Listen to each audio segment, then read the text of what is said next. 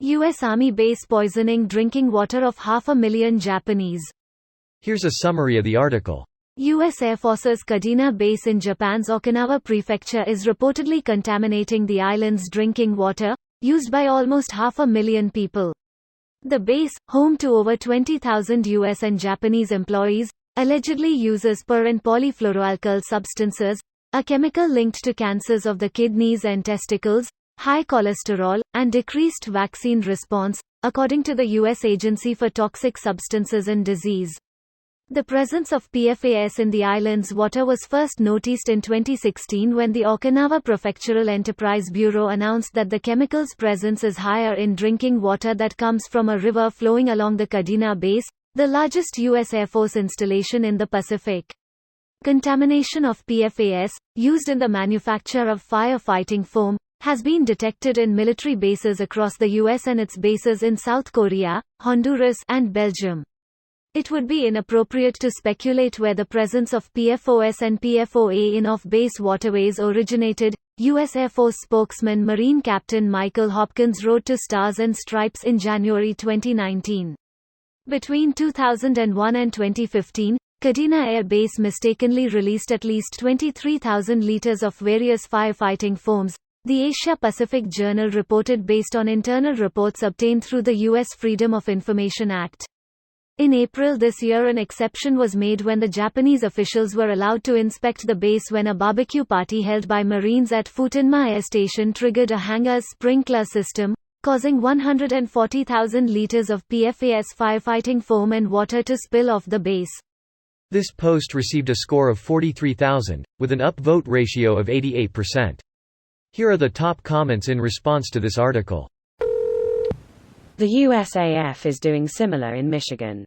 We had this in Australia. RAF training exercises caused the contamination which then leaked into communities near the bases.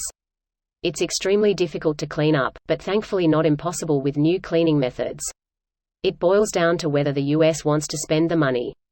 RAF, we blame the POMs for a lot, but this isn't their fault. Also, this is not limited to military firefighting. PFAS was also used by civilian firefighting forces.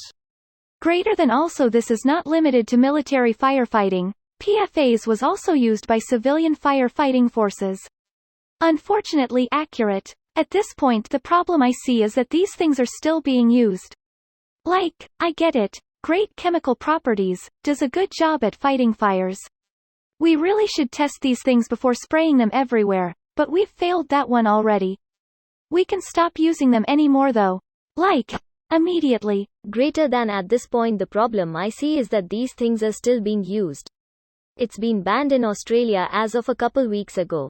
Can only be used if it's required for out-of-control fires where loss of life is imminent now.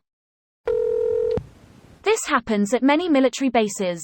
I used to work at a plant next to a base that closed after over 60 years of occupancy.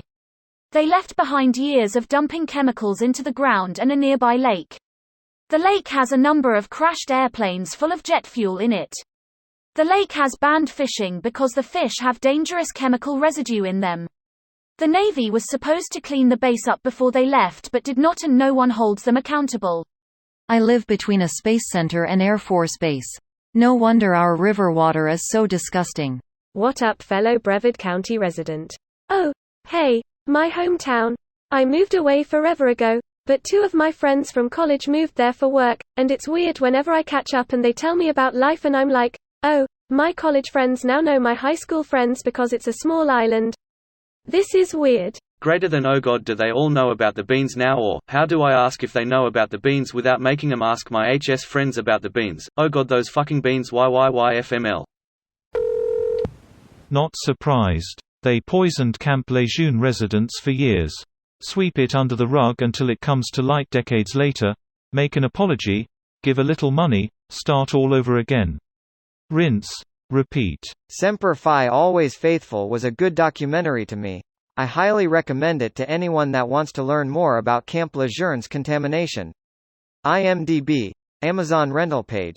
Unfortunately, I couldn't find any public streaming services that had it for free, with a subscription.